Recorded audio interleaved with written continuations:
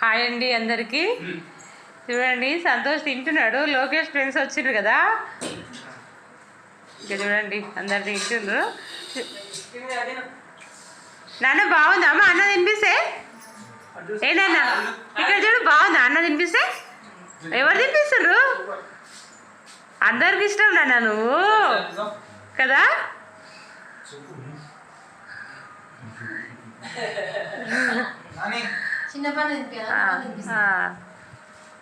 ఇంకొక బుక్క తిను, ఇంకొక బుక్క తిను. అన్న పెడతాడు చిన్నగా చిన్నగా, నోట్లో ఉన్నట్టుంది. నువ్వు ప్రశాంత్ కూడా పెట్టాలనా?